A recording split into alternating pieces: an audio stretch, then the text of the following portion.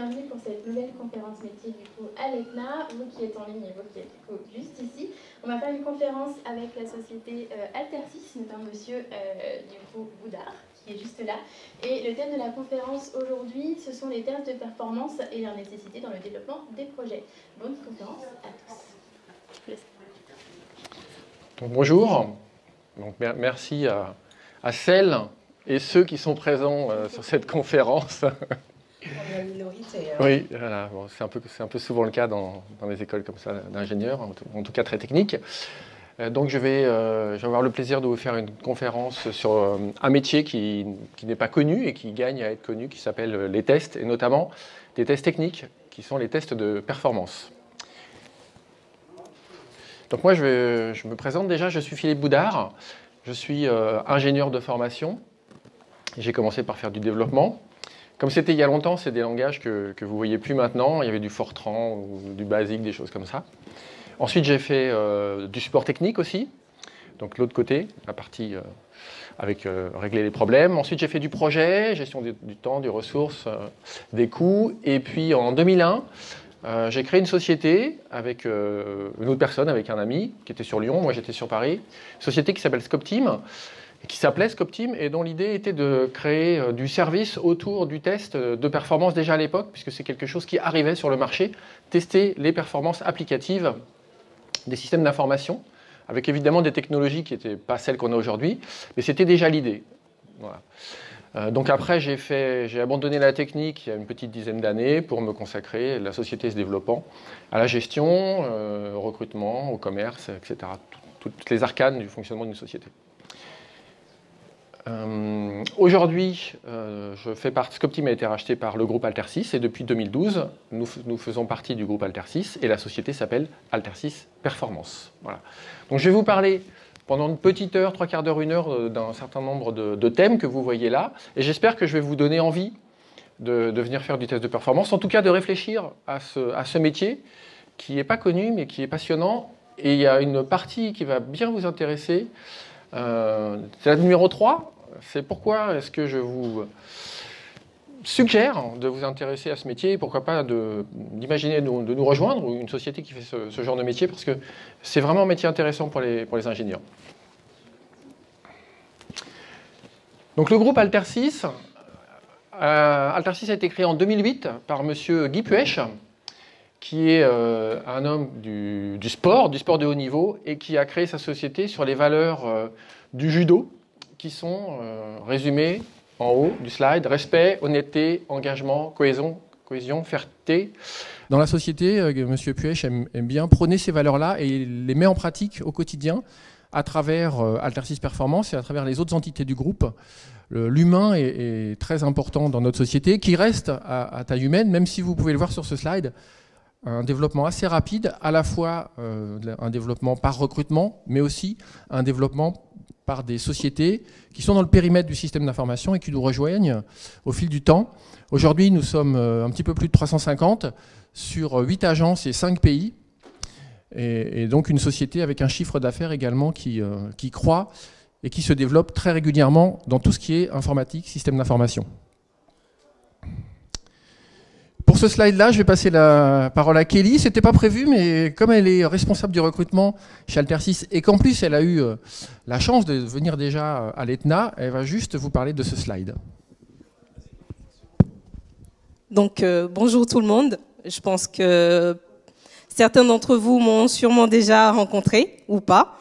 Donc pas responsable recrutement, plutôt chargé de recrutement. Donc pour vous expliquer un peu ce que fait Altersys déjà en gros, nous sommes une société de services et nous sommes orientés vers tous les activités du secteur de l'informatique, notamment la partie informatique de production, la partie système d'information qui regroupe toute la partie développement, conception et autres, et une autre qui est plutôt haute technologie. Aujourd'hui, on est également tourné vers les métiers de l'assurance, qui sont aujourd'hui développés par une autre entité du groupe. Et tout ça, on peut dire que c'est un peu relié également aujourd'hui aux tests de performance, parce que quoi qu'il arrive, ils en ont besoin toutes ces entités-là ont besoin aujourd'hui de ce qu'on appelle les tests de performance pour rendre beaucoup plus efficaces les sites, les applications, les bases de données, et pour rendre plus efficace et donner un peu plus de boost à toutes les applications.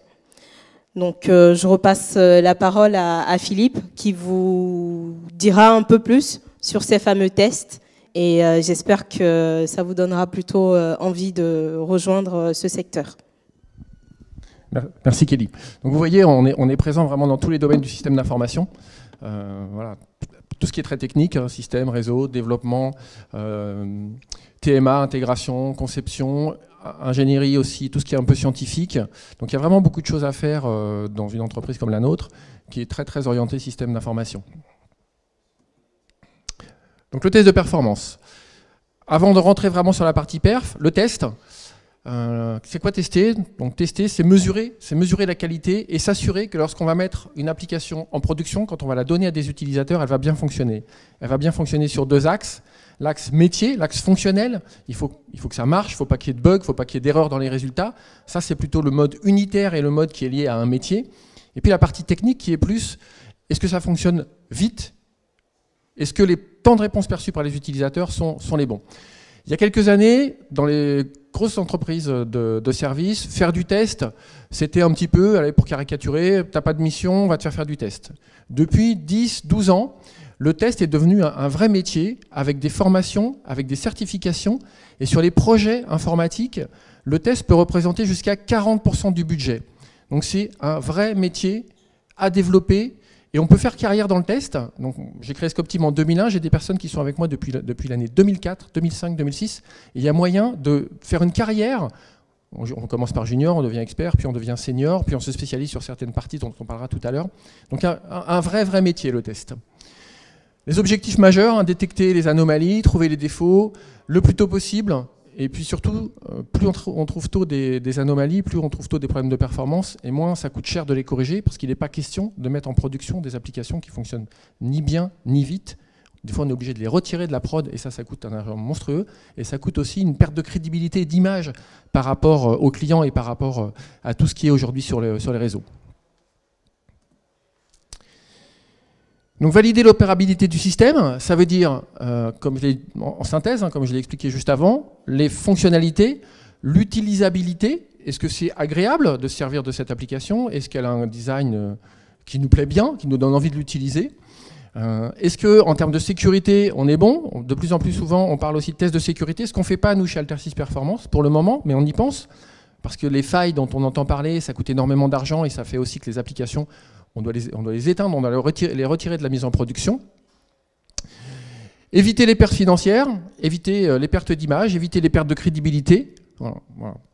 Ce qu'il faut savoir aussi, c'est qu'on ne peut pas tout tester. Donc dans notre métier, on applique beaucoup la règle du 80-20, c'est-à-dire qu'on teste à peu près 80% de l'application. Le coût est raisonnable pour 80% de l'application. Et on dit qu'aller chercher les 20% qui restent, les 20% qu'on ne peut pas tester ou qu'on ne veut pas tester, ça coûte aussi cher que d'aller tester les 80 premiers pourcents. Donc règle du 80-20 pour tout ce qui est test, à la fois fonctionnel et performance. Le coût d'un bug, les fameux bugs. Ce slide est quasiment dans toutes les présentations qu'on peut faire sur les tests, hein, pas uniquement sur les tests de performance. C'est une synthèse là. Quand on est sur un cycle de vie de projet, de mise en production d'une application, on a les tests de composants, on développe, on teste au fil de l'eau, les composants un par un. Ensuite, on intègre les composants. Ensuite, on fait des tests de montée en charge. Et puis, quand on est en production, on fait des tests de surveillance pour vérifier que lorsque les utilisateurs utilisent l'application, se servent de l'application, il n'y a pas de dysfonctionnement, il y a toujours des bonnes performances.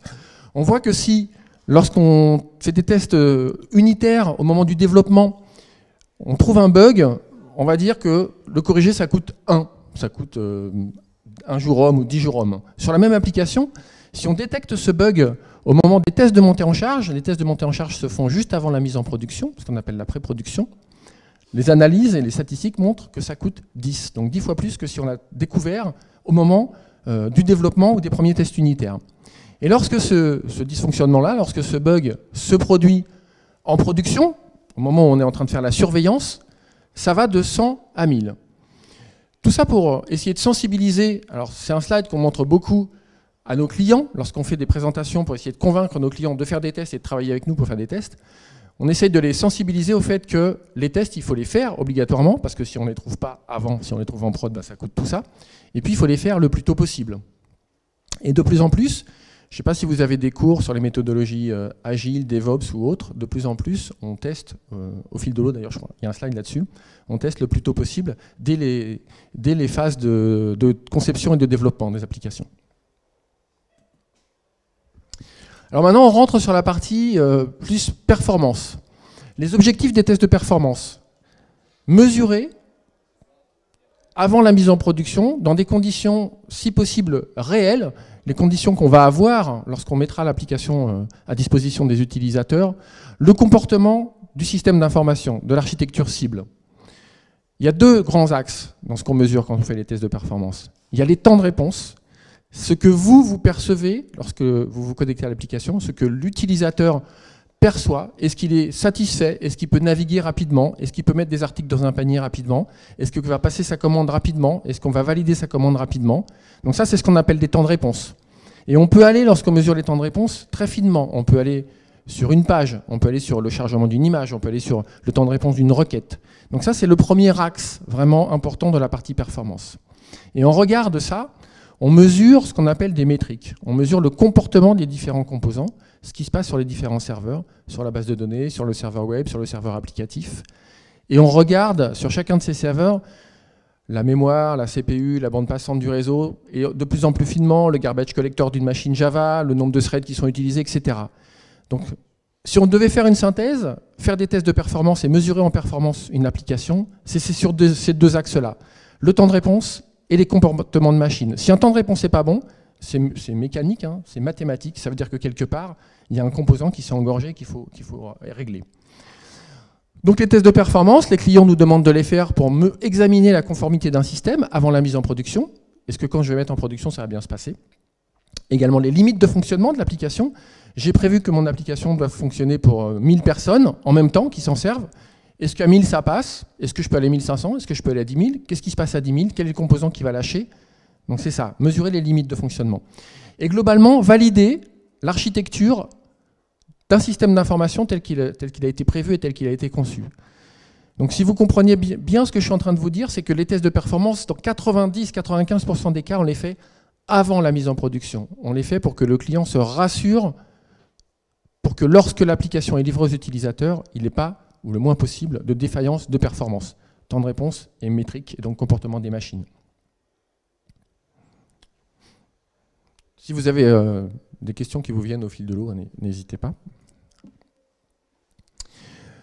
J'ai représenté sur ce slide le cycle de vie d'un projet. Alors, un petit peu à l'ancienne, hein, cycle de vie, on appelle ça cycle en V, donc linéaire, de la phase de conception-lancement à la phase de mise en production, en passant par les étapes classiques d'un projet, donc spécification des besoins, conception de l'application, par les métiers, par les futurs ingénieurs techniques qui vont s'en occuper, toutes les phases de développement ou toute la phase de développement, les tests qui sont quand même évidemment positionnés sur le projet, la mise en production et le déploiement, et puis la vie de l'application en production.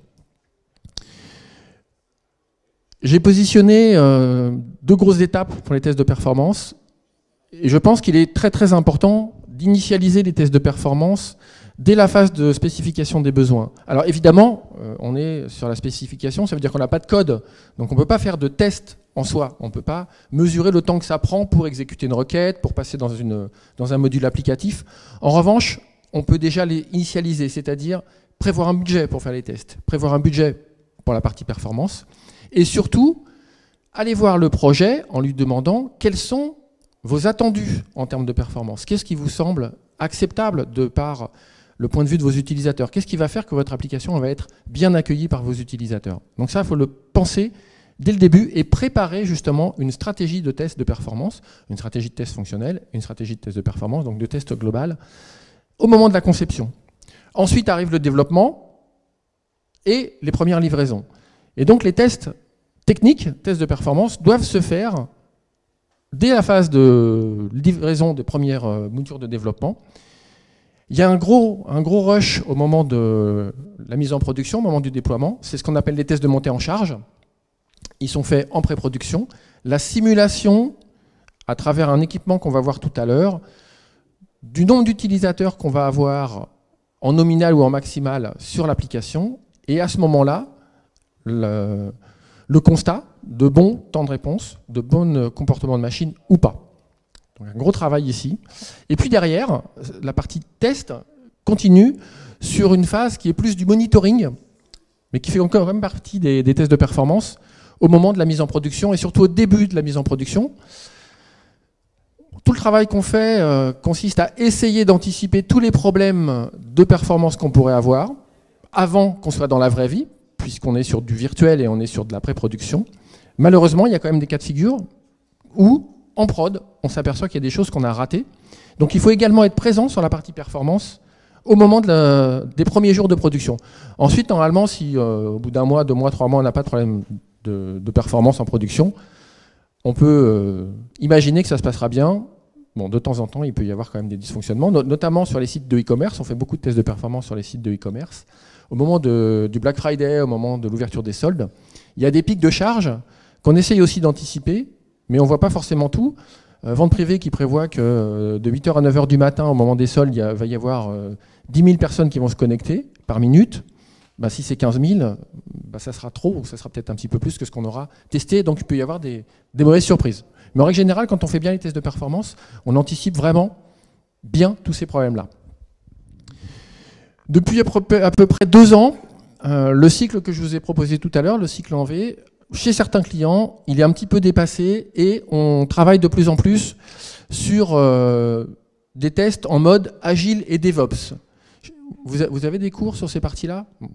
Donc en fait, ça veut dire que de plus en plus, les personnes vont travailler ensemble. On ne va plus avoir chez nos clients une cellule de développement qui va livrer du code à la cellule de test, qui va faire des tests et qui va dire, sur toute l'application, il y a 150 bugs, je vous renvoie votre version alpha, vous corrigez, vous me faites une version bêta, vous me donnez la version bêta, je teste, il reste 80 bugs, je vous la redonne et vous me faites une version 1.0 et je teste la version 1.0. De moins en moins, ça marche comme ça, plus comme ça, parce que c'est pas très efficace et c'est une perte de temps. Donc on travaille en mode DevOps. Ça veut dire que le silo développement, testeur, mise en production est cassé. Les gens travaillent ensemble, on décloisonne les équipes et on travaille en mode collaboratif. On livre du code et au fil de l'eau, de livraison de code, on a des personnes qui testent, qui sont dans la même équipe, avec le même patron, et qui vont tester les modules, qui vont tester les requêtes, en même temps que d'autres personnes vont continuer à développer. Et donc il va y avoir, on va dire, dans la partie DevOps, une automatisation et un monitoring et une surveillance au fil de l'eau du développement, du test et de la livraison. Le but étant d'être de plus en plus, quelque chose qu'on voit beaucoup chez nos clients, ce qu'on appelle le time to market. Ça veut dire que les applications, il y a des gens qui les pensent, il y a le marketing qui les pense et qui dit pour gagner de l'argent, il faut faire ça. Et puis derrière, il y a les personnes qui les développent et qui les testent. Il faut que les gens travaillent ensemble et que le développement soit le plus proche possible de ce fameux time to market, parce que si on rate le coche, le concurrent va aller plus vite que nous et c'est lui qui va prendre le marché. Donc les entreprises se mettent de plus en plus à travailler comme ça, et celles qui travaillent déjà comme ça prennent de l'avance sur les autres. Ce qui donne un schéma qui est le signe de l'infini, qui fait qu'en permanence, de façon infinie, évidemment c'est un symbole, hein, on développe, on teste, on intègre, on livre, on développe, on teste, on intègre, on livre. Donc l'application, c'est pas d'un seul coup je la livre aux utilisateurs, et puis je la mets en prod, c'est je la mets par module, et je travaille au fil de l'eau, et je livre en premier module, puis 3 mois après un deuxième, puis 3 mois après un troisième, ce qui fait qu'on habitue déjà nos clients, nos utilisateurs, à se servir de l'application, même si elle n'est pas encore terminée, et même si elle n'est pas encore parfaite. Et dans ce mode, il y a évidemment les tests fonctionnels, mais également les tests de charge, les tests de composants et les tests d'API, qui sont pour nous dans la partie performance, hein, tests de charge, tests de composants, tests d'API, qui sont importants puisque les applications d'aujourd'hui sont de plus en plus interconnectées avec la partie mobile, tablette, PC, vidéo. Donc là, tout ce flux en fait interapplicatif, il est de plus en plus souvent testé par ce qu'on appelle des tests d'API. Et il est important parce qu'on peut avoir une application qui fonctionne super bien quand on la voit toute seule, mais dès qu'elle est connectée avec l'extérieur, avec des internautes, si elle est mal développée, si elle n'est pas testée, c'est elle qui va ralentir en fait le système et c'est elle qui va faire que les clients ne vont pas être contents et qu'ils vont aller voir ailleurs ou qui vont plus se servir de l'application. Donc on est aussi dans notre métier du test de performance dans un changement de philosophie et dans un changement de méthode de travail parce qu'on ne travaille plus de la même façon sur la partie cycle en V ou sur la partie agile DevOps. Alors le test de performance, c'est pas un travail identique au développement, c'est un travail collaboratif. On travaille avec plusieurs équipes. On a les équipes projet, qui sont les équipes métiers souvent, qui expriment le besoin, qui font les plannings, qui ont la connaissance du métier, les applications e-commerce, chez Vente Privée, chez Cdiscount, les applications distribution chez Carrefour, les applications industrielles chez Renault, chez Peugeot, ne sont pas les mêmes, donc ce ne sont pas les mêmes personnes du métier. Donc on a besoin de ces gens-là pour nous donner les bonnes hypothèses métiers de façon à ce qu'on fasse les bons tests. On peut facilement faire des tests, mais si on ne fait pas les bons tests, le client va dépenser de l'argent et on ne va pas donner les bons résultats. Et les mises en prod vont mal se passer. Donc travailler avec le projet, bien qu'on soit dans un métier très technique, le test de performance, c'est un fondamental. Les hypothèses qui viennent du projet sont les fondamentaux. Évidemment, on travaille avec les experts techniques. Nous, on connaît notre métier, on connaît notre méthodologie, mais nous ne connaissons pas l'ensemble des technologies du marché. On ne connaît pas très très bien Oracle, on ne connaît pas très très bien SQL Server. On a une bonne connaissance globale de tout ça. On peut se spécialiser d'ailleurs sur ces briques-là, mais ce n'est pas notre métier, on n'est pas DBA. On n'est pas ingénieur réseau. On a une compétence orientée performance. Et donc on travaille avec les experts techniques qui, eux, chez les clients, vont pouvoir, pendant qu'on va faire nos tests, nous dire « Ah oui, mais là, ce qui ne se passe pas bien, c'est ça. Donc c'est ça qu'il faut corriger avant le test suivant. » Et puis, on a l'équipe performance. Donc le métier du test de performance, la méthodologie, le savoir-faire, la communication avec les équipes projet, avec les équipes experts techniques, la mise en œuvre des tests, le développement des scénarios, les développements des modèles de charge, l'injection de charge, le premier niveau d'analyse. Tout ça, c'est notre expertise, c'est notre savoir-faire. Et le projet test de performance, c'est un projet avec toutes ces équipes-là. Donc on est dans un métier technique, mais par rapport à ce que je suis en train de vous raconter, vous imaginez que les consultants, alors peut-être pas les juniors, mais qui sont experts ou qui commencent à être seniors, dans leurs compétences et dans leur savoir-faire, il y a besoin de connaître un petit peu les métiers, il y a besoin de savoir communiquer, il y a besoin de savoir vendre ce qu'ils vont faire et ce qu'ils vont apporter aux clients. Il y a besoin de savoir présenter. On a fait des tests, on a eu des résultats, on a amélioré des choses. Et on se présente devant quelques personnes et puis on fait une présentation et on explique ce qu'on a fait. Donc c'est un métier aussi important pour cette partie-là. La com, l'expression. C'est très intéressant d'ailleurs parce qu'on passe d'un client à un autre, d'un système d'information à un autre et on voit beaucoup de choses. Dans les avantages, je dirais, de ce métier, c'est un point fort. On n'est pas chez un client à faire toujours la même chose. On change de client, on change de techno, on change d'outil. Alors, ça c'est un slide qui est technique et qui est super important dans la façon dont on travaille. Mon animation, elle n'est pas super au point, mais quand même. Donc, on représente sur cette animation le système d'information du client. Donc on a, de façon synthétique évidemment, les utilisateurs, qui sont les vrais utilisateurs là-haut. On a les différents types de serveurs, les serveurs web, les serveurs d'application, le réseau, les serveurs de données. Et quand on est dans la vraie vie, les utilisateurs, à travers un browser, à travers une interface propriétaire, se connectent sur l'application et font un certain nombre de choses dans l'application. Donc nous, on va devoir tester cette application en charge, de façon à pouvoir dire au client, votre application, quand il va y avoir 100 personnes, 500, 1000, 10 000, elle va se planter ou pas. Et là où ça va se planter, ça va être à cet endroit-là, cet endroit-là et cet endroit-là. Donc on utilise des logiciels, on utilise des machines de façon à pouvoir éliminer les utilisateurs réels, ce que j'ai appelé les real users, et les symboliser par des utilisateurs virtuels. Sur un PC comme celui que j'utilise pour faire la présentation, on va être capable de simuler entre 300 et 500 utilisateurs réels. Donc ça égale 300 personnes qui sont en train de se connecter sur une application. À travers une technologie de multithreading, on injecte en fait de la charge sur une application. Donc ça, c'est ce que j'ai représenté avec mes deux injecteurs. Mes deux injecteurs vont donc accueillir ou simuler des virtual users. On va dire que je vais faire 500 utilisateurs. Je vais tester une application avec 500 utilisateurs, puisque j'ai deux machines d'injection qui vont attaquer le système d'information. Alors attaquer, ça veut dire se connecter, hein, pas dans le sens de la sécurité. Et donc mes deux machines vont générer de la charge. J'ai une troisième machine qu'on appelle le contrôleur, qui est celui qui va, c'est le chef d'orchestre, c'est lui qui va piloter les deux injecteurs de façon à dire à mes injecteurs, voilà ce que tu dois faire. Je vais utiliser 500 utilisateurs, et évidemment, je ne vais pas les connecter les 500 à la fois. Je vais par exemple en connecter un toutes les 10 secondes, pendant un certain nombre de secondes, ou de minutes, de façon à avoir mes 500 personnes qui vont travailler sur l'application. Ce contrôleur-là va donner le top départ, il va donner le top final. En général, quand on fait un test de montée en charge, on fait un test sur entre 1 à 2 heures, sur une charge nominale. Ça représente déjà un bon flux d'informations, et on a des bons temps de réponse déjà et des bons métriques sur ces 2 heures de temps.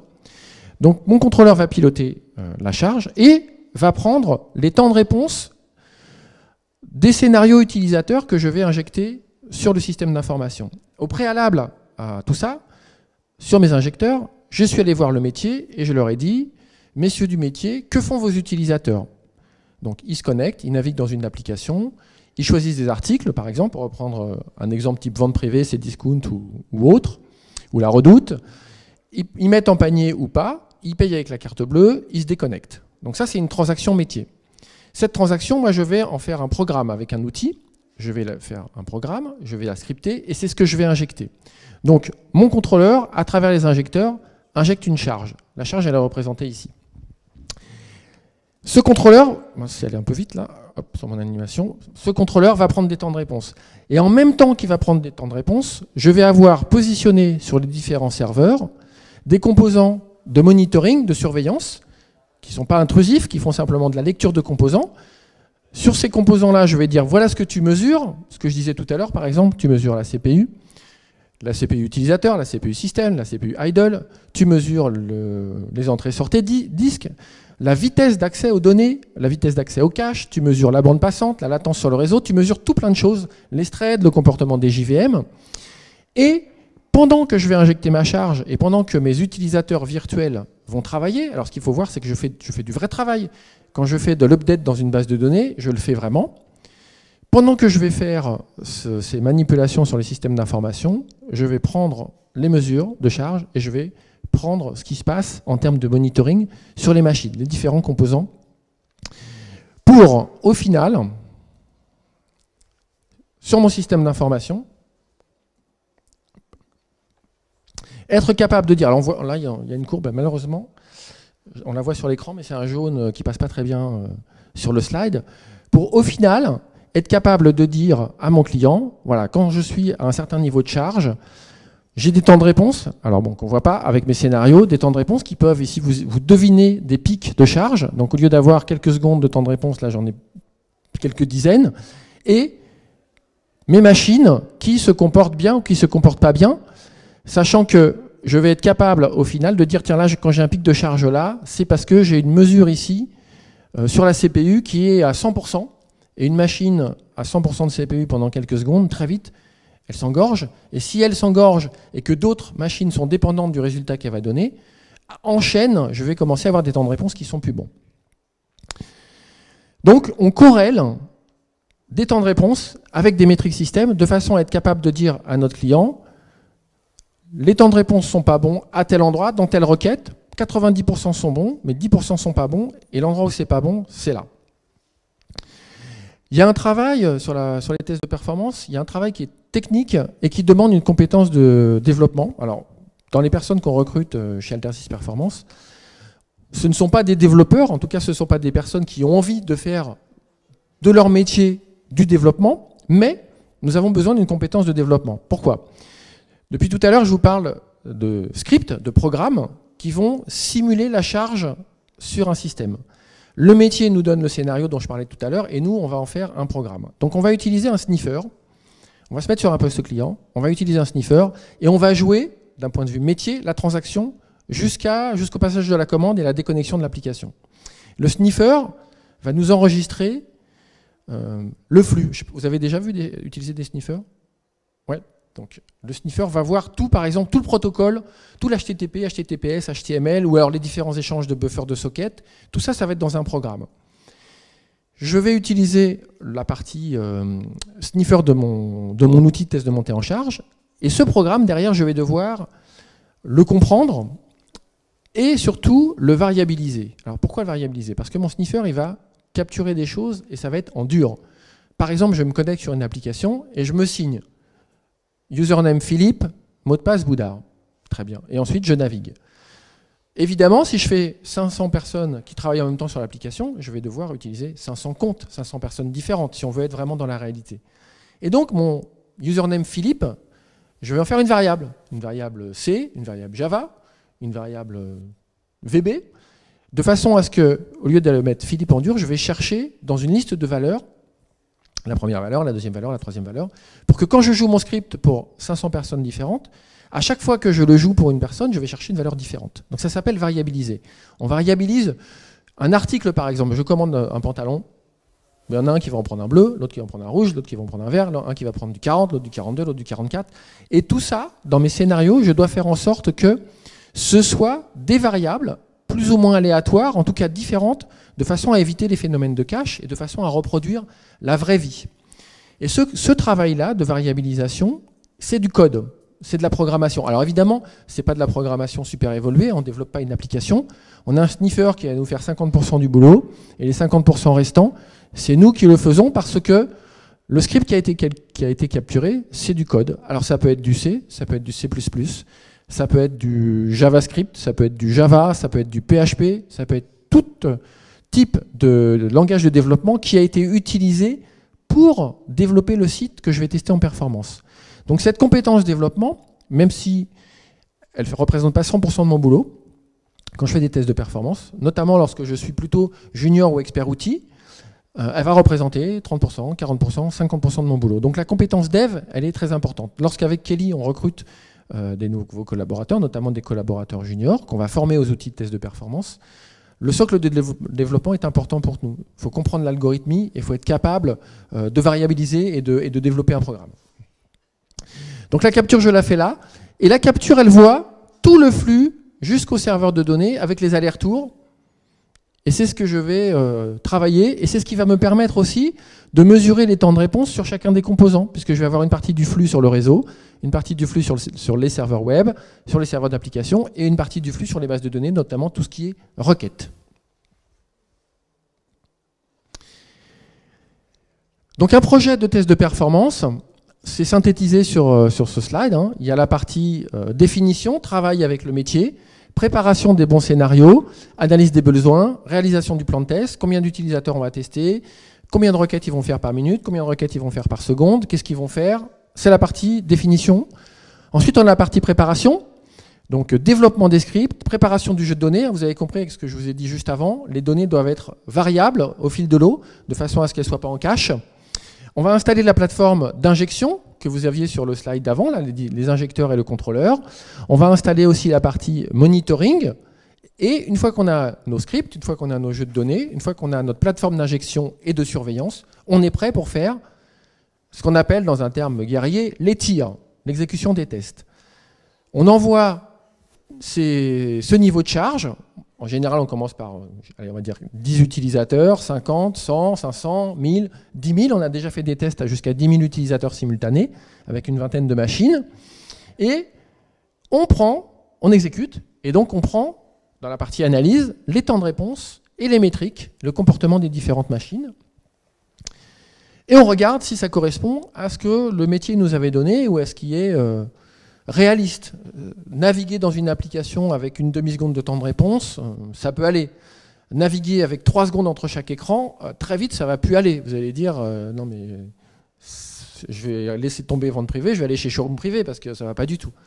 Donc on analyse tout ça avec le client. On travaille, si vous vous souvenez du slide, avec l'équipe système plutôt technique, et on fait du tuning. Donc sur les différents composants, puisque les temps de réponse se dégradent à tel endroit, et qu'on a été capable de corréler en disant si ça se dégrade là, ça veut dire que c'est telle machine et que c'est telle requête et qu'il manque tel index, ou le chemin d'exécution n'est pas bon, on corrige tout ça, et on a un cycle où on refait nos tirs, on fait nos modifications, on refait notre test, jusqu'à ce que les temps, si on y arrive, hein, parce qu'on n'y arrive pas tout le temps, jusqu'à ce que les temps de réponse soient bons. Et donc, si les temps de réponse sont bons, ça veut dire que le comportement de l'infra, des machines, est bon. Et on fait ça jusqu'à ce qu'on arrive à la charge que le client souhaite avoir. Mettons 500 utilisateurs dont on parlait tout à l'heure. Donc, 500 personnes travaillant en même temps sur notre site nous donnent à la fin, une fois qu'on a fait 10 jours, 15 jours de boulot, des temps de réponse qui sont corrects. Et donc, on présente les résultats au client, on fait la restitution, on lui présente le bilan.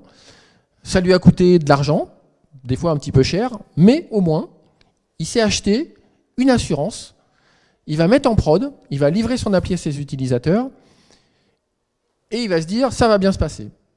Et en général, ça se passe bien. Il y a des cas de figure, hein, comme je disais tout à l'heure, où malheureusement, si on n'a pas bien fait le travail avec le métier, si on n'est pas sur les bons scénarios, on a dit, bah, l'utilisateur au client lambda, il fait ça, ça et ça. Et si c'est pas vrai, si les utilisateurs dans la vraie vie font pas ça, ça et ça, mais font ça, ça et ça, ben on a tout faux, parce qu'on a fait des tests avec les mauvaises hypothèses. C'est pour ça que, ce que je vous disais à un moment donné, les hypothèses métiers sont vraiment fondamentales. Il faut toujours commencer par ça. Il faut vraiment essayer de sensibiliser le client en lui disant, oui, on a un métier technique, mais pour que la technique se passe bien, pour que les résultats soient cohérents, par rapport à la réalité, on a vraiment besoin que vous nous donniez les bonnes hypothèses métiers et on a besoin de travailler avec les gens de votre métier.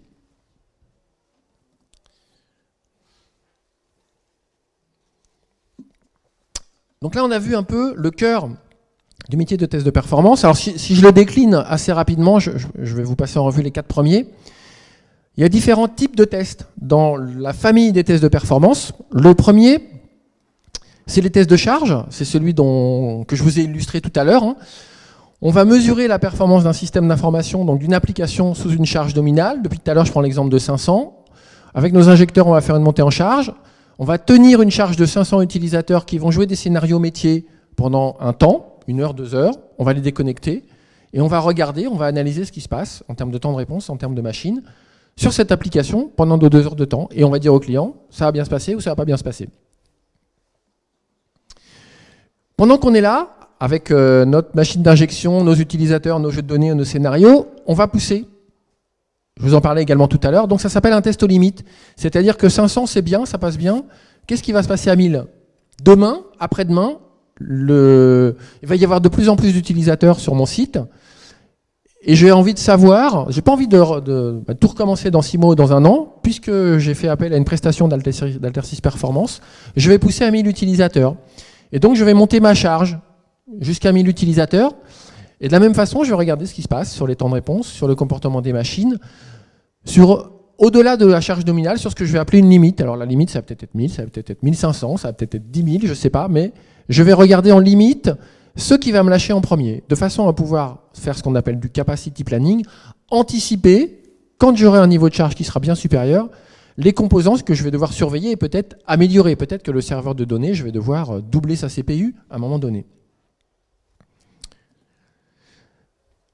Un autre type de test de performance, c'est le test d'endurance. Le test d'endurance, ça permet de valider la dégradation ou pas du service dans le temps. Vous avez vu depuis tout à l'heure que je vous dis on fait des tests de charge pendant 1 heure, pendant 2 heures, pendant 3 heures. Évidemment, on ne va pas faire un test pendant 1 semaine. Bon. Quand on est sur des technos, notamment Java, on peut très bien avoir des comportements qui se dégradent de façon infinitésimale, pas visible sur une journée ou sur 2 jours. Petit à petit, quelque chose qui est mal codé, un garbage collector qui est mal fait, une variable qui est mal libérée, petit à petit, on peut avoir des temps de réponse qui se dégradent. Et pour le voir, il faut faire un test dans la durée, ce qu'on appelle un test d'endurance. Alors quand on fait un test d'endurance, évidemment, on n'est pas dans une charge limite, on est dans une charge classique, voire un petit peu moins, mais ce test, on le fait durer et on se focalise sur la mesure des métriques de ce qui est sensible. Donc quand même, très très souvent, les machines Java ou les bases de données. Donc on a une phase de plateau supplémentaire, ça peut aller jusqu'à 72 heures, et dans ce cas-là, on regarde si le temps de réponse, si les temps de réponse au bout d'un certain temps commencent à augmenter, c'est qu'il y a une fuite mémoire quelque part, ou un paramètre qui est mal réglé. Et donc là, du coup, on creuse. Et puis on a le test de robustesse. Sur des systèmes hyper sensibles, on provoque des ruptures. On a 3 serveurs qui accueillent les utilisateurs. On en éteint un, volontairement. On a 2 serveurs de données. Et en pleine phase de commande, on en éteint un. Le système applicatif doit être capable de ne pas perdre les utilisateurs. Et surtout, il doit être capable de ne pas perdre ce qu'étaient en train de faire les utilisateurs. Ils étaient en train de passer des commandes, ils venaient de saisir leur code de carte bleue. Il ne faut pas perdre cette commande-là. Sinon, c'est un vrai bazar pour récupérer ça, pour rembourser les clients, etc. Donc du coup, on est dans un test qui, cette fois-ci, contrairement à tout ce que j'ai dit depuis tout à l'heure, ne mesure plus les temps de réponse. Le temps de réponse, on s'en fiche. Si on a la moitié de notre système qui nous lâche, évidemment, ça va pu être très performant. En revanche, on est dans de la disponibilité. Il faut que on ne perde pas les utilisateurs, on ne perde pas les clients, on ne perde pas les chiffres d'affaires. Et donc, c'est aussi avec ces techniques de test de performance qu'on mesure ou pas la robustesse, en tout cas qu'on provoque des ruptures de robustesse pour tester le système. Alors les autres types de tests, bon, je ne les détaille pas. En tout cas, je n'ai pas de slide. Le benchmark, c'est un client qui nous dit, moi je ne sais pas si je dois prendre des machines HP, des machines Unix, des machines Windows. On lui propose de tester la même chose sur différentes typologies de systèmes d'information, de façon à ce qu'il choisisse celui qui sera le plus performant. Test de composants, donc on teste les machines au fil de l'eau. On fait aussi de plus en plus souvent des mesures de performance au poste client. Donc on met des machines qui monitorent ce qui se passe sur le poste client. Alors là, on est plutôt sur du test unitaire, mais c'est quelque chose qui est assez difficile à trouver quand un poste client ne fonctionne pas très bien. C'est pas évident, donc on analyse tout ce qui se passe sur le poste. On fait des audits de performance en production également. Et puis, on fait de la non-régression de performance sur des applications très sensibles qui ramènent le chiffre d'affaires chez un client. Lorsqu'il y a une mise à jour d'application, il est important pour lui d'être sûr que la mise à jour ne dégrade pas les performances. On a fait des tests de performance en début d'année. Il y a une mise à jour majeure l'été. Il va nous dire, vous repartez de ce que vous aviez fait et vous mesurez que suite à cette mise à jour, la nouvelle fonctionnalité fonctionne bien et surtout, elle ne dégrade pas les fonctionnalités qui marchaient bien. Donc ça, c'est une partie aussi importante de notre business, la non-régression de performance. Bon, ce slide-là, je ne vais pas le faire. Alors, j'ai juste un petit slide un petit peu qui rentre un peu dans la technique.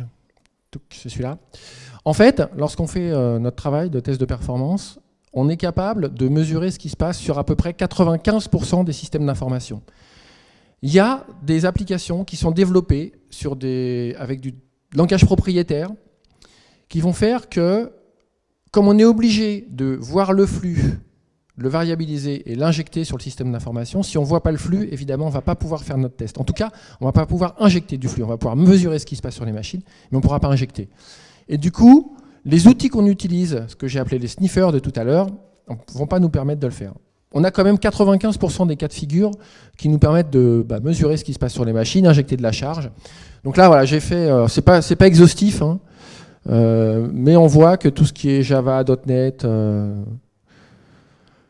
Web 1.0, Web 2.0, Web Service, SOA, les applications plus de gestion, SAP, Oracle Applications, Siebel, toutes les technologies, toutes les versions de Windows, Unix, Linux, la partie aussi Citrix, je ne sais pas si elle y a, ouais, Citrix, les vieilles technos type Tuxedo, Mainframe, bon, les bases de données, Oracle, SQL Server, DB2. En gros, tout ce qu'on trouve aujourd'hui sur les systèmes d'information, on est capable de les tester en charge. C'est plutôt dans les vieilles technos, les clients qui n'ont pas beaucoup évolué sur leur système d'information, où de temps en temps, on n'arrive pas à faire exactement 100% du boulot, en tout cas. En fait, si vous voyez aussi ce schéma, vous pouvez vous dire que les personnes qui travaillent sur les tests de performance, qui travaillent sur le scripting, qui travaillent sur la mesure des composants, sur le monitoring, ont la chance, si elles travaillent sur plein d'applications et sur plein de clients différents, petit à petit, de travailler sur toutes ces technos. Donc, pas de se focaliser, je disais tout à l'heure, sur Oracle ou sur SQL Server ou sur DB2. On a vraiment la chance de pouvoir travailler sur des applications différentes, fonctionnellement parlant, et sur des applications très différentes également, techniquement parlant. Donc, c'est un métier où on voit beaucoup de choses. Pour faire nos tests, on a besoin d'outils. Ce que j'appelais tout à l'heure les sniffers ou le monitoring, on les fait avec des applications qui sont souvent vendues par des éditeurs bien connus, assez importants. Et les applications phares qui nous permettent de faire nos métiers de test de performance sont les applications qui s'appellent LoadRunner Performance Center. Jusqu'à il y a à peu près un an, ça appartenait à HP. HP les a vendus. Toute la suite test, logiciel, fonctionnel et performance les a vendus à Microfocus. Donc Microfocus est aujourd'hui l'acteur majeur dans les métiers d'outillage de test et de surveillance de test. Ils avaient historiquement un autre outil qui s'appelle Seal Performer. Donc aujourd'hui, ça veut dire qu'ils ont deux outils majeurs, Seal Performer et LoadRunner. Et on travaille également aussi de plus en plus avec un éditeur français qui s'appelle Neotis et qui propose un outil qui s'appelle Neoload. Ils sont basés à Gémenos, dans le sud de la France. Et on travaille pas mal avec eux parce qu'en fait, c'est une petite structure qui grossit, mais qui a les avantages de la petite structure. Ça veut dire qu'elle est réactive, elle a des prix de logiciels qui sont très compétitifs, parce que ce sont des logiciels qui sont excessivement chers, LoadRunner, Seal Performer, tous ces outils-là sont vraiment très chers, dans un budget d'un projet de développement applicatif. Quand on fait des tests, c'est quelque chose qui coûte cher, au-delà de la prestation de service, l'outillage. Donc Neoload, c'est un outil qu'on utilise de plus en plus souvent. D'autres éditeurs bien connus, Oracle, IBM, Microsoft, proposent aussi des solutions d'outillage de test. Je vous avoue que chez Altersys Performance, mais également chez nos concurrents, on ne les voit pas très souvent, parce qu'en fait, comme ils font beaucoup d'autres choses, la partie test pure, ils n'ont pas bien réussi à la développer. Microsoft, par exemple, je ne sais pas si vous le savez, dans Visual Studio, il y a une partie de Visual Studio qui permet de faire des tests unitaires, ça on le sait, mais aussi des tests de performance. Bon, moi je vais dire que sur 100 prestations, je vais en faire dans mon équipe, dans mes équipes, je vais en faire une avec cet outil-là. Alors que je vais en faire 50 avec LoadRunner, 30 avec Neoload, 15 avec Seal Performer. De temps en temps, on utilise Visual Studio pour faire des tests de performance. Mais ce n'est pas un outil qui est fait pour. C'est un outil qui est fait pour faire du dev, c'est un outil qui est fait pour faire du test unitaire. La partie test de performance, c'est vraiment un métier de spécialiste. Et elle n'est pas très efficace chez Microsoft. Mais il faut savoir qu'ils sont sur le marché. Et qu'on a également des open source qu'on voit aussi assez souvent, qui s'appellent JMeter, qui s'appellent Gatling, et sur lesquels les équipes Altersys Performance se forment aussi, puisque quand on a un client qui a un projet et qui n'a pas envie d'investir sur des outils chers, on est capable de lui proposer une prestation de service avec un open source. Évidemment, l'open source, l'avantage, il est gratuit. L'inconvénient, c'est qu'il faut faire beaucoup plus de choses à la main qu'avec un outil, comme ceux dont je vous parle là depuis tout à l'heure, qui ont automatisé la variabilisation, la randomisation. On a des macros, on a des fonctionnalités qui nous permettent d'aller assez vite. Avec un JMeter, faut le faire à la main. Donc le client, il paye un petit peu plus cher en termes de service. En revanche, il n'a pas besoin d'investir ou de louer un outil pour faire les tests. Bon, un slide rapide. Chez Altersys Performance, autour du métier de la perf, on a une offre qui est assez globale. On a une offre qu'on appelle ingénierie de la performance, qui est vraiment le trait concret, ce que je vous explique depuis tout à l'heure. On fait des tests, on fait des mesures, mais on est aussi capable de conseiller nos clients pour les aider à choisir un outil, l'outil qui sera le meilleur en termes de rapport qualité-prix par rapport à son système d'information, par rapport aux technologies qu'il utilise dans son infra. On est capable aussi d'aider nos clients à faire de la gouvernance, c'est-à-dire de prendre un petit peu de hauteur et d'imaginer les futures architectures applicatives, les futures architectures techniques qui donneront, par rapport à l'état de l'art aujourd'hui du métier, qui donneront les meilleures performances et qui sont en tout cas le plus efficaces en termes de performance. On fait des formations, on est organisme de formation sur les outils de test et sur les outils de monitoring. On vend du logiciel aussi, on vend et on loue du logiciel pour nos clients, pour pouvoir réaliser nos prestations. Et on a aussi un centre de service qui est en Tunisie, pour lequel on délocalise nos prestations pour des clients qui souhaitent qu'on travaille à distance et qui souhaitent avoir des prix plus intéressants. On entend beaucoup parler de ça. La délocalisation dans l'informatique, nous aussi on peut proposer des services à distance. On a oublié de vous dire tout à l'heure avec Kelly que sur Altersys, en France, donc on est présent à Paris, on est présent à Aix, on est présent à Montpellier, on est présent à Lyon, on est présent à Bordeaux, et on est présent, on disait tout à l'heure quand on avait plusieurs pays, on est présent en République tchèque, en Suisse, au Maroc et en Tunisie. Je vous dis ça parce que le centre de service, il est en Tunisie. Donc les personnes qui viennent chez Altersys et qui ont envie d'aller dans le sud de la France, il y a plein d'agences dans le sud. Et en ce moment, il y a du Mimosa.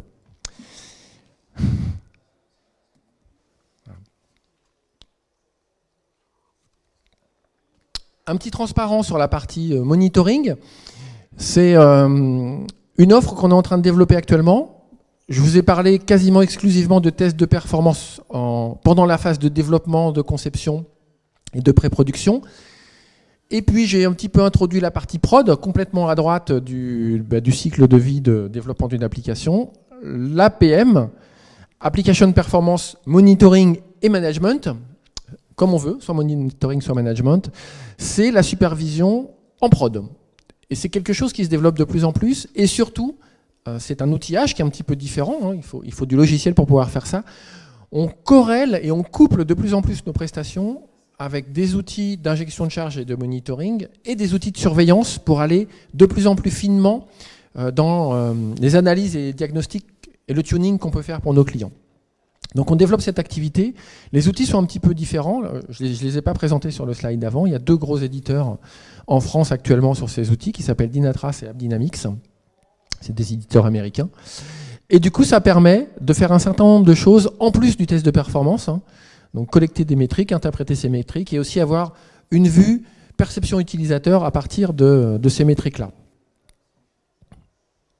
Ça rajoute, pour nos consultants, cette année, j'ai formé quasiment toute l'équipe, j'ai formé une vingtaine de personnes dans l'équipe Altersys Performance aux outils d'APM, et ça leur donne un plus technologiquement parlant, parce que ce sont aussi ces compétences-là, elles sont très recherchées sur le marché, et c'est important pour nous de les avoir, et pour nos clients, pour être capable de les convaincre que c'est plutôt avec nos ressources qu'il faut travailler.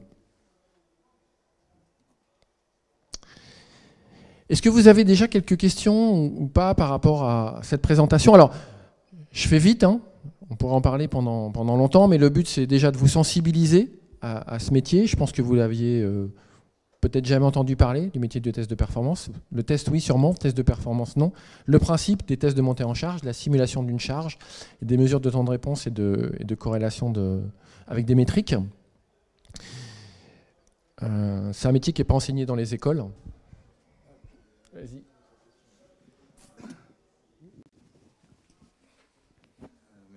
Merci pour votre intervention. Moi, je me demande si finalement, au bout d'un moment, après plusieurs années d'expertise en termes de tests, est-ce que ça ne vous donne pas une place aussi plutôt privilégiée pour faire du conseil en termes de définition de stack technique? Complètement. Alors, c'est vrai que j'ai pas beaucoup détaillé, mais sur cette partie-là, sur la partie conseil, on est à même de conseiller nos clients sur qu'est-ce qu'il faut choisir comme technologie. Je pense que ça rejoint votre question. Quelles sont les technologies qui fonctionnent bien? Quelles sont les technologies qui fonctionnent bien les unes avec les autres, de façon à ce que quand on conçoit un futur système d'architecture, un système d'information, les futures applications, les futurs langages de développement à utiliser, la vision performance est importante pour les clients. Il n'y a pas que ça, mais la vision performance est importante. Et nos consultants seniors, avec tout ce qu'ils ont vu pendant toutes les années pour lesquelles ils ont travaillé avec nous, sont capables de délivrer ce genre de conseils, et ça a une très très grosse valeur ajoutée. C'est des prestations qu'on vend pas beaucoup, de plus en plus, qu'on vend cher, et qui ont une vraie valeur sur le marché aujourd'hui. Ouais.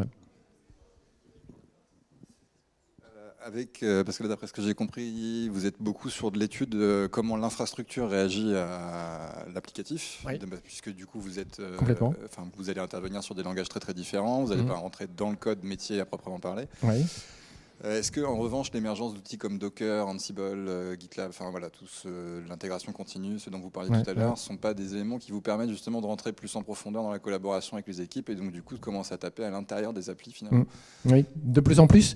D'ailleurs, sur ce slide-là, derrière il y a aussi la notion de Docker, la notion de cloud, et de plus en plus, nos clients nous demandent de tester des applications qui sont justement stockées sur le cloud, qui sont plus on-premise, qui sont plus installées chez eux, mais qui sont sur le cloud.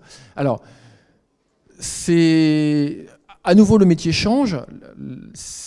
La difficulté est plus grande parce qu'on ne maîtrise pas tout, on ne maîtrise pas la puissance qu'on a à disposition, même si les gens qui nous vendent ça nous disent si, vous avez de la CPU qui est dédiée, vous avez du stockage qui est dédié, etc. Donc c'est quelque chose qu'on ne maîtrise pas. Mais pour nous, évidemment, il faut y aller, et c'est une ouverture encore plus grande sur les tests de performance parce que nos clients, ils ne savent pas comment ça va marcher. Et donc ils ont d'autant plus besoin qu'on les rassure et qu'on leur dise et qu'on leur prouve, surtout par des tests de performance, que quand ils vont être sur des technologies comme ça, collaborative, pas complètement maîtrisée en interne, ça va bien se passer en termes de performance. Donc oui, alors, il y a quand même, on en parle beaucoup, c'est un peu comme la partie Agile et DevOps. Moi, ça fait 5 ans qu'on me dit tout le monde va aller vers ça. Et aujourd'hui, je dirais, sur 10 clients, j'en ai 3 qui sont vraiment, en moyenne, qui sont vraiment dans cette partie-là, qui ont complètement rendu leur développement et leurs tests en mode Agile et DevOps. Donc là, tout ce qui est Docker, tout ce qui est cloud, etc., on y va prudemment, mais on va y aller. Et c'est, pour les tests de performance, en tout cas pour notre métier à nous, c'est une source de prestations et de conseils pour nos clients incroyable. Du coup, en fait, c'était un peu ma troisième question, c'est-à-dire, je ne suis pas surpris de ce que vous dites, c'est-à-dire que vous croisez encore beaucoup de clients qui ne sont pas sur ces méthodes-là et qui n'y viennent pas. Nous, on est formés quasiment exclusivement sur ce genre de méthode aujourd'hui. Je pense que c'est ce qui va, les futures startups vont aller dans cette direction-là. Du coup, le modèle que vous présentez là m'a fait un peu l'effet de correspondre à une image un peu du secteur qui commence doucement en fait à changer. C'est-à-dire que vous intervenez après, alors qu'à mon sens, aujourd'hui, on est en train de pousser le développeur à être responsable pendant son développement de la mesure de ses performances, de son intégration et de son testage continu. Et donc, du coup, votre rôle et vos compétences vont me paraître à moi beaucoup plus intéressantes en début de projet, en fait. Alors, c'est vrai que c'est un peu ce que j'essayais de dire à un moment donné quand je faisais la comparaison du slide entre le cycle en V et la partie DevOps. Aujourd'hui, nos clients nous demandent, en termes de compétences, avoir des consultants qui ne sont pas uniquement des personnes qui savent se servir des outils de test de performance, enregistrement, scripting, tir, mais qui sont capables de faire du dev, de s'intégrer dans la partie dev, de comprendre le dev et de faire de l'audit de code avec les développeurs. Donc le métier aujourd'hui de test de performance, il évolue vers un métier commun, dev plus test. Et donc oui, le but, c'est de convaincre nos clients de s'y prendre très tôt pour faire du test de performance et d'intégrer la partie test de performance dès la phase de développement, en fait, aux développeurs. Donc les testeurs de performance qu'on nous demande aujourd'hui doivent avoir un bon socle de développement, comme je le disais, mais doivent pouvoir s'intégrer dans une équipe dev. Voilà.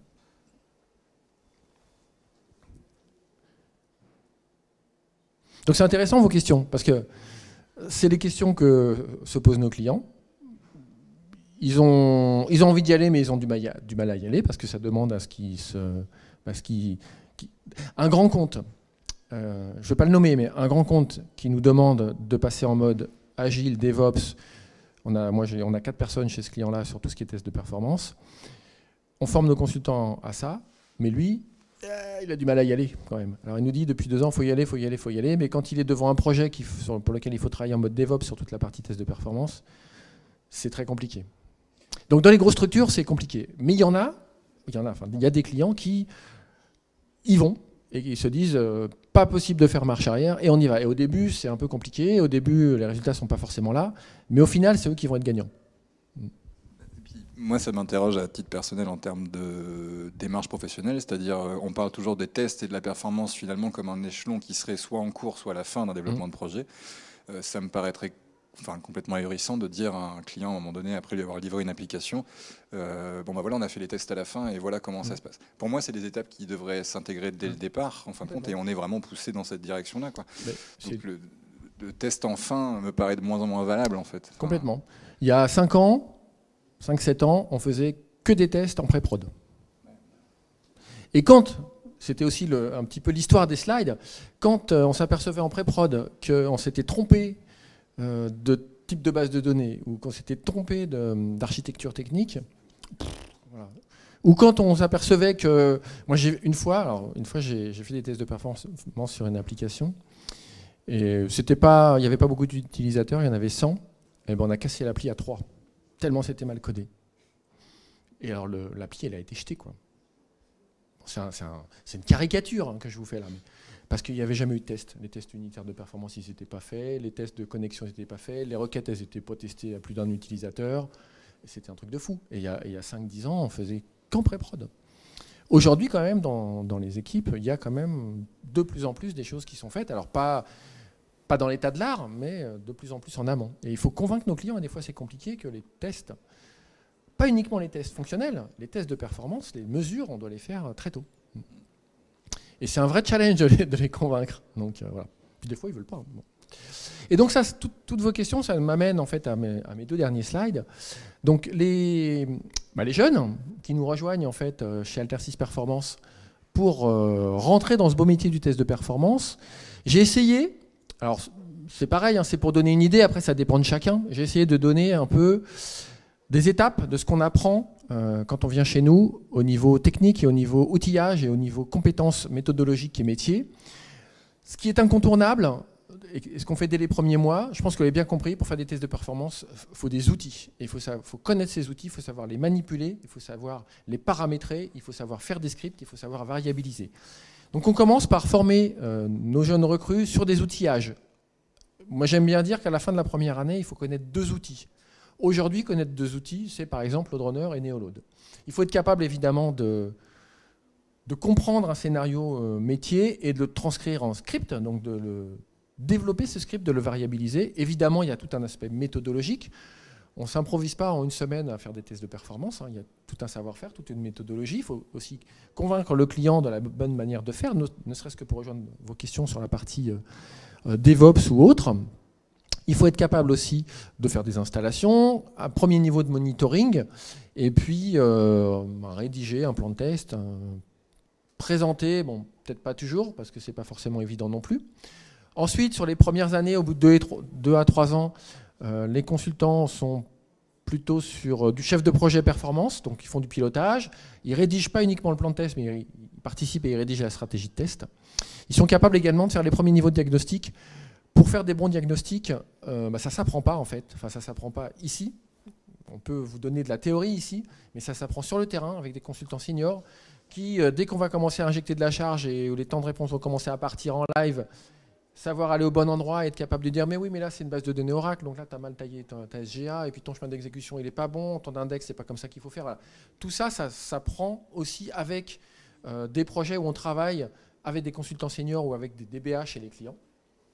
Donc réaliser au bout de 2-3 ans les premiers niveaux de diagnostic, être capable de faire une présentation, se mettre au tableau et puis de discuter et d'expliquer ce qu'on a fait, c'est pas forcément évident. Et puis au-delà de 3 ans, alors donc là on est plutôt sur du junior, de l'expert, expert outil on appelle ça, ou expert test. Ici on commence à être plus ou moins senior. Moi j'aime bien dire que c'est quand même 5 ans, un vrai senior il a bien 5 ans d'expérience, mais bon, 3 ans en plus. Je propose à mes collaborateurs de développer une expertise en plus de l'expertise qui fait qu'on va beaucoup plus vite que les autres à trouver des problèmes de performance, à commencer à s'y connaître en architecture de performance, aller sur une expertise Oracle, aller sur une expertise Java, aller sur une expertise réseau, ouais. Avoir une deuxième corde à son arc pour apporter une plus grande valeur ajoutée à nos clients.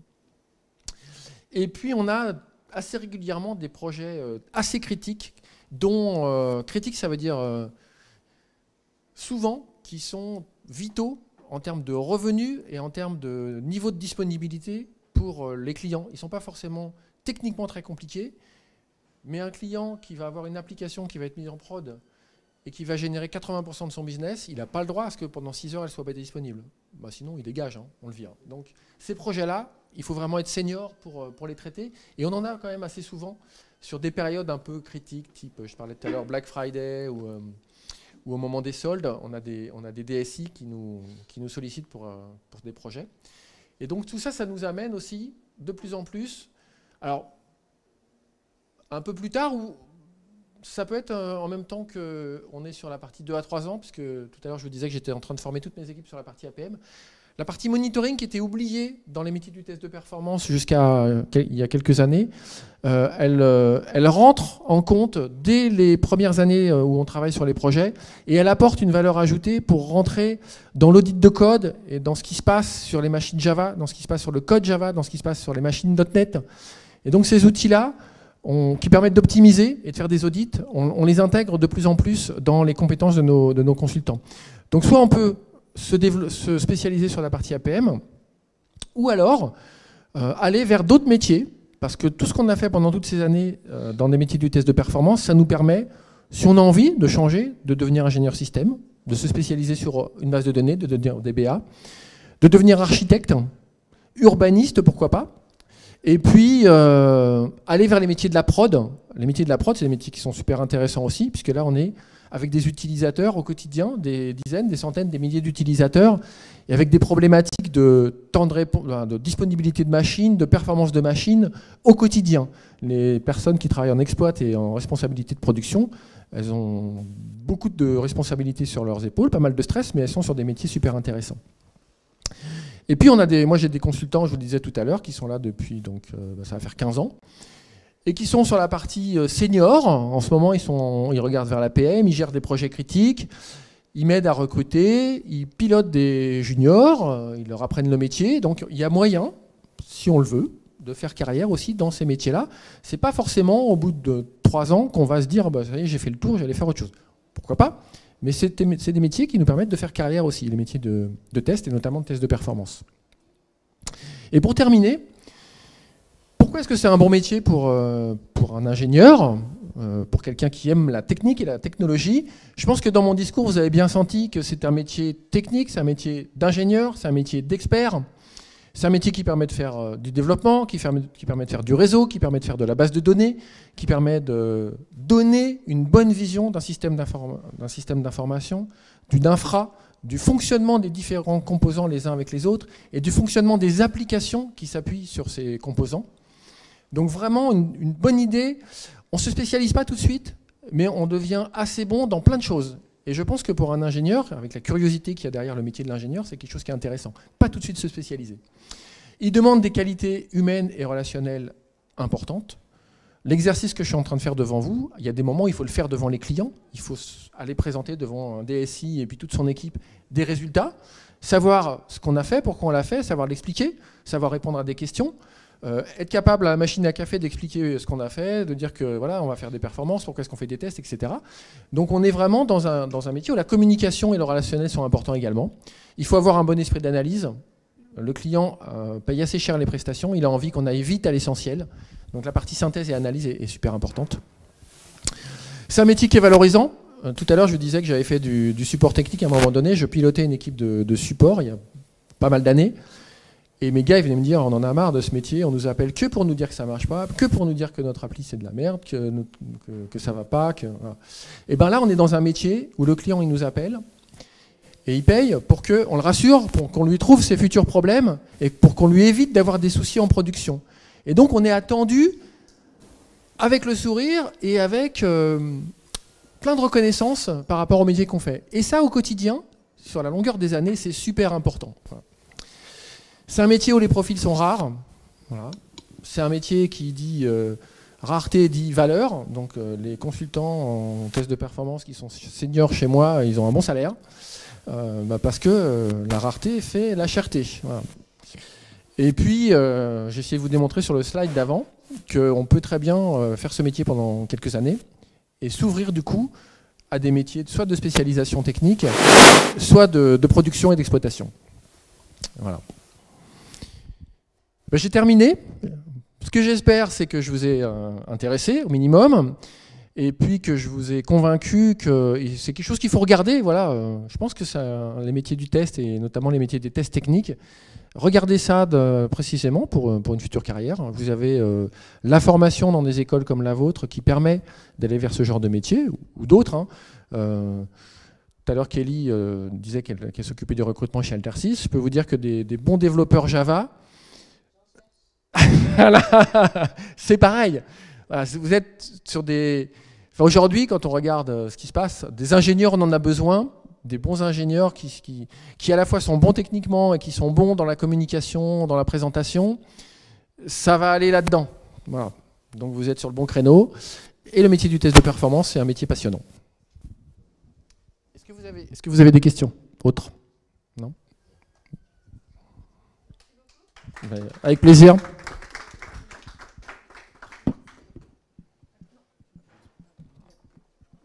Le live ou le micro?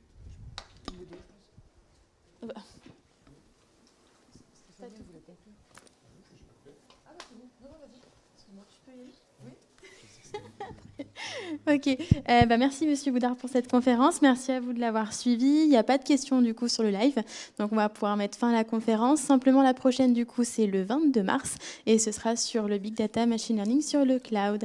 Merci encore et à bientôt.